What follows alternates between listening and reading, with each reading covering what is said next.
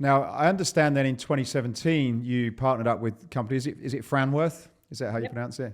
hmm Decided to go down the franchise route. This is all pre-pandemic, and yeah, quite an impressive list of brands that they represent. So, what caused you to make the decision to say, okay, look, we've got a couple of studios going.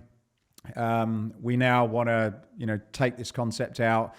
Why did you choose to go down the franchise route, and then how did you go about the process of finding the right partner that could navigate you through what was going to be required to sort of scale this to hundreds of locations? I did not want to franchise the business at all. I knew nothing about it though. And before we made a decision to lean in intentionally into driving corporate growth or franchise growth, I thought I owed it to myself and the company to learn a little bit more about franchising. And the more I dug in, the more I was like, couple things. One, like, I don't know if this is for my fancy New York City brand. So I was a little bit worried about that. But I also was really, really intrigued by how capital efficient it was for the macro company. And I hated fundraising, but also I knew we had to dedicate a ton of resources to, a growing digital side of the business. So I wasn't sure if I could raise, 3x the amount of capital to do the same amount of corporate locations. So I thought that there were some really appealing pieces to it. And then once I ultimately met Franworth, who I didn't even want to take the first call with them, but we're all Michigan grads, and so you take the first call with your alumni. And I learned from them that, man, what a powerful relationship it is. And I saw this great opportunity to give people a chance to build wealth and to live a lifestyle doing something they love. I loved wearing leggings every day and being able to jump into a class and kind of morph this love that I had for taking care of myself and wellness with also being a badass professional. And so I actually got excited about thinking about who could actually take the keys of this thing and change their lives. And so that's what really got me over the fence. And it was that plus Franworth and their proven track record and being able to build out the back end systems to complement our branding and programming and marketing. And so we were a really good partnership fit. So it was I knew they could figure out the things that you don't know. That's why we partnered with them. This was a really big risk, but I trusted them. And I was pretty intrigued by the model. For someone who's looking to find that partner, maybe they've got one or two locations and they're saying, okay, this is for me. Are there any things that you've learned now that are important to look for in a partner that's going to take you through that? Like, maybe it's not Franworth, but if they were looking for them, are there some key things that you definitely need this in a franchise partner or advisor?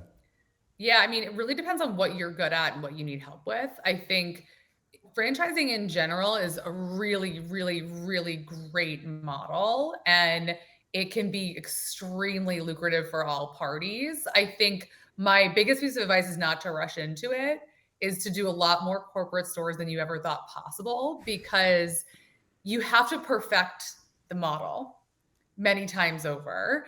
And you have to try it in a lot of different markets. We tried it in a couple. I wish we'd done 25 more. I'm not sure that we could have. And I'm like, everything happens for a reason. And we learned a ton from our early franchisees as a result of it.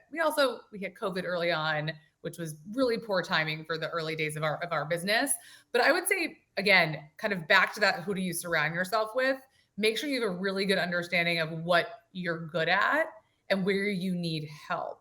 But if you know how to open, spin up, market, drive butts and seats, then potentially what you really need from a franchising partner is help me with the legal back of office, right? That's what I would say is, like, when you're ready for franchising is when you're ready for someone to operationalize legal, operationalize royalty collection, operationalize a design and construction manual, and really process the back of the house, and to manage franchisees, which is, by the way, a very different business.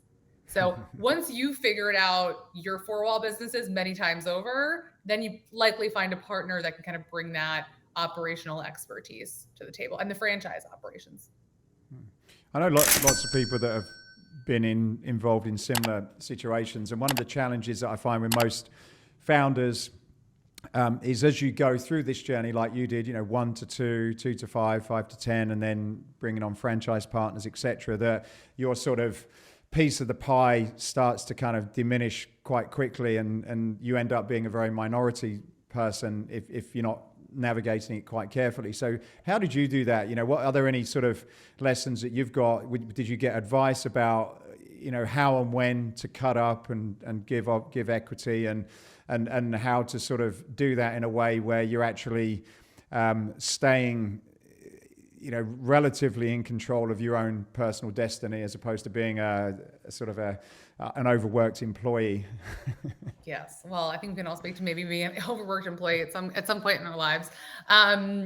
I think as long as you bring in the right people to the cap table, hopefully you're all rowing in the right direction. Of course, we made our many mistakes over the years, but I kind of also believe this is also about going in eyes wide open. Like if you go in, you're like, I have to be 100% owner, 80%, 60%, like it just might not happen, and you might be setting yourself up for disappointment. And so I think go in eyes wide open and know that having a small piece of a massive pie is way bigger than having a huge piece of a nothing pie.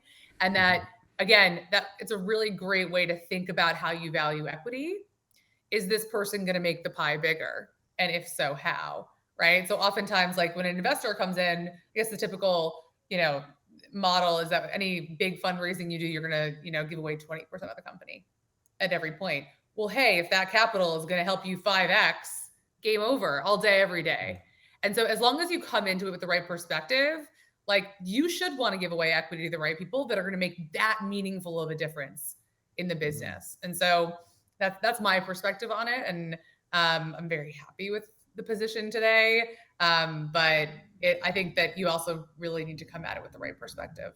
And would you say a lot of the skill or the art in that is really making sure that when you are giving that 20% away or whatever it is, that you've really got to do the due diligence on making sure that, that 20% is the person that's going to give you the 5 or 10x, as opposed to someone who will give you 1 to 2, which can easily happen as well, I guess. Yeah. And if I think that people early on get very excited about the business, right? My co-founder is very good at being like, Helaine, everybody wants to help. Okay. What are they going to do? And I get so excited, right? It's so hard to be an entrepreneur. It's so hard to be a founder. Like you want people to help you. So when someone's like, yeah, I can help in over here, I'm like, great. And they're like, well, maybe I want to be an advisor, I want some equity shares. My biggest piece of advice is like, don't give anything away until they show you the value. I've seen it all the time in early stage. Oh, this person's going to help me raise money. They're going to help me do X, Y, and Z. Well, fuck that. Like make sure they show you that they're actually going to deliver that, and then compensate them after the fact. That's my biggest piece of advice. Is people are so hungry for help. Your equity is gold. It really, really, really is. So treat it like gold and let people earn it. And at the same time, though, like there are people that will earn it and they're probably worth their weight.